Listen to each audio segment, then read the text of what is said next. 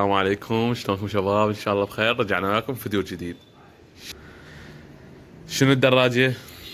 شنو هذا حالها؟ صار بوضعها مثل ما جاي تشوفون. طبعا فسختها، غسلتها كلها بالبيت. هسه حاليا انا بالبيت غسلتها، غسلت الشاص والماكينة، كانت كلها تراب. الشوتة اللاستيك مالتها، وفسخت كفراتها كلهن. قررت اسويها مال لعب، راح اعوف على هذا وضعها. اي كفر ما اشد بيها، بقت شامل لغ الخلفي وشامل لغ الامامي فقط.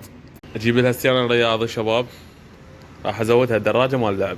ستيرن رياضي قلنا، دوسات رياضي، وافصل لها حديدة، ودروع افصل لها، وبكرة فتش وعنبار، وشدنا بعد يدة كليتش. ستيرن قلنا اي، حتى تصرف شوش اثنين، ونجهزها الدراجة للعب فول تزويد. راح ابقيها على هذا وضعها، لان شفت شكلها هيك حلو بالشاصي، شاصي البوار الظاهري. ما اشد كفراتها لان حرام ما تتكسرن. ابقيها على هذا الشكل، بس اشد تانكيها، والكشن مالتها هم من حفره نسوي رياضه. هذا الكشن الخلفي نرتب بيها. مثل ما قلت لكم قررت ازود الدراجه اليوم، راح ازودها بس تبقى على البكره اللي بلادي. هذا الفتش والقاعده راح بس نزرفه على مود قد الشفت، لان هذا الفتحه صغيره ونقعد عليه. وهسه صارت عندنا قاعده الفتش بهذا الشكل.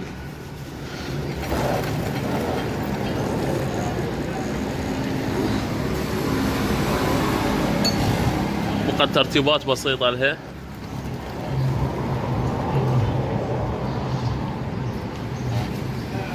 طبعا ديسكاته تعبانه، بدي ابدل له ديسكات هذا الفتش.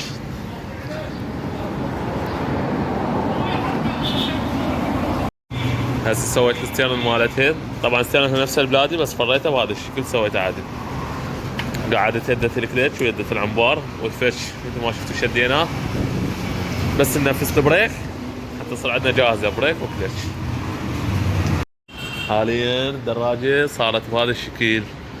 قعدت لهذا القناع، اعطونا رايكم بيه. ستيرنها بقى نفسه، بس سويته عدل. شديت لها العنبار يدة كليتش، لغيت المجمع مال الهورن. راح اشد اكو كفر بها سواده هنا ينشد بس، وهذا الكفر الثاني. البقيه كفراتها ما شدها. راح اشد لها حديده اللي ورا اللي هي الشاروخه. الفتشين قاعدات مضبوطات، فتش مال رجل نايسون، وهذا توكيتو مال الايد.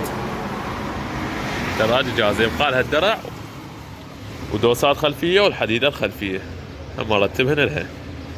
طبعا سجاد هم صار فيه شنو جاي اسوي؟ قاعد اسوي صلصه حتى يصير مثل يلا راح نسوي له حديده للدراجه مال طخها الست. راح نجيب لها راسطه حتى نفصل لها وحده. سجاد صاير فيه عود.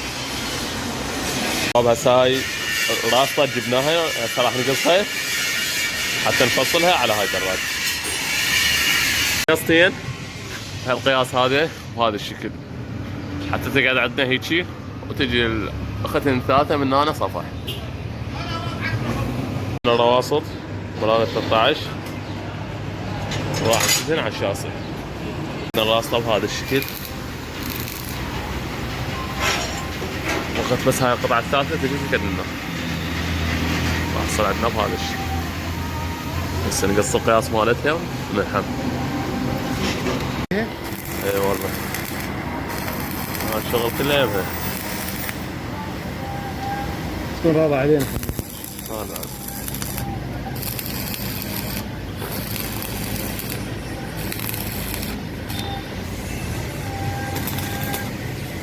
شباب هسه صارت عندنا الحديده بهذا الشكل، ولا رايكم؟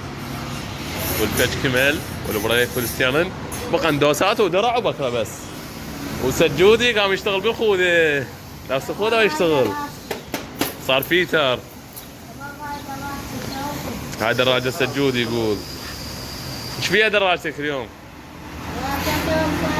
صلصه؟ ايش فيها؟ ها؟ ايش فيها الصلصه؟ ما في قصاره. سويتها؟ يلا عاش ايدك. واو شباب صارت بهذا الشكل، شلون قاعده مرتبه، شغله حلوه. طبعا انا ما سويتها طويله، انا رديتها بهذا الحجم. بقت عندنا بعض الترتيبات، وما ادري الكشن لو حفره لو لا، بعدنا ما مقتنع، جوز اعوفه. قدام الدراجه بدنا لها ديسكات، جبنا لها تخم تاير، هذا الامامي وبعد تاير خلفي جبنا. حاليا راح اشد بس التاير الامامي والخلف اعوفه بعدين ابدله، من اجيب لها بكره. شديناه، هذا التاير القديم ودع الحياه، هذا جبته شويه اعرض من القديم بس نفس العلو. انا هم قررت هسه ابدل التاير الخلفي الثاني، البكره اعوفه غير وقت، احتمال اشد لها ولا بعد ما متاكد، لان هذا التاير كلش تعبان، ابو على الفطور البي هذا فطر كله تعبان، بيه ضربات قويه، بيه حتى فتايل، هذا فطر ثاني تعبان تاير فدنو، خلينا نبدله احسن ونخلص. هذا تاير جديد تبدل، طبعا هذا التايرات يجي مال باله، اكو جديد بس يعني نوعيه مو شي، هذا ميشلين شنو صناعته للاكثر ياباني، اي صناعه للاكثر ياباني، والامامي نفس الحاله هم ياباني، تايرات مضبوطه. وهذا التاير الخلفي هم بدلناه شباب. طبعا البلاك هم بدلته، هي شغاله الدراجه ما بيها اي مشكله او خلل، لكن قلت خل افتح اشوفه، فتحت لقيت البلاك بهاي الحاله، قلت خل ابدل الافضل، مع العلم البلاك اللي بيها اصلي ياباني ان جي كي، هذا ان جي كي مثل ما جاي تشوفونه ياباني محفور عليه شابان ديزري، بس بدلته للافضل، هم شديت لها اصلا. دراجة تقريبا هسه شغلها 50% كمل، من ناحية التايرات خلصنا من يمهن، من ناحية البريكات كلها جاهزة، من ناحية الستيرن والبريك بالايد هم جاهز، واليد مال الكليتش. بقت عندنا نقص فقط الدوسات نسوي لها رياضي ودرع وبكرة، بس هذين الثلاث شغلات بقن. واحتمال لو اشتري الكفرات لو اعرفون بهذا الشكل، بعدنا ما مقرر. وقريبا راح يشوفون سفرة بهاي الدراجة، بس وين خلوها مفاجأة، سفرة المحافظة من محافظات العراق، اضافة الى راح نشد عليها العربانة، ومن نطلع بالسفرة نشد عليها العربانة اللي سويتها تصير خلفية حتى نخلي بيها اغراضنا مال السفر. دراجة سرعتها تقريبا 200، طلعتها يعني بالجوجل سرعتها تطلع 200 كيلومتر. دراجة كلش قوية، 6 جير، وشركة هوندا بعد ما عليها غبار، الشغل المضبوط. الفيديو الجاي شباب راح اشد كفرات الدراجة، اشد هاي الجهة كفر الصفح منا والمنا والبيتشم اشدهن كلهن، بس الديل الخلفي هذا ما اشده على مود الحديدة، يعني راح تبقى على مود السفرة من راح نطلع بيها لان نحتاج كفرات، فراح يبقى عندنا الدرع والبكرة اشدها من نرجع من السفر ان شاء الله.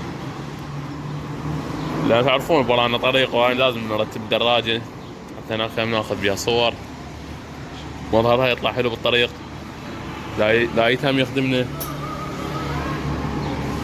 ان شاء الله خير.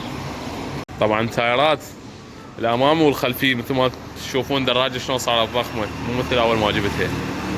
التاير الامامي جبته اعرض من البلادي، والخلفي جبته نفس العرض بس شوي اعلى. دراجة كلش قاعدة حلوة، شوفوا نصبتها شلون صارت، وطونا رايكم بالقناعة. شباب اختاروا لنا اسم للدراجة نسميها، كتبوا لي بالتعليقات ونشوف الاسم اللي يعجبنا، حتى ذا هاي نطلقه عليها ونكتبه على التانكي، كتبه هنا لكم على التانكي.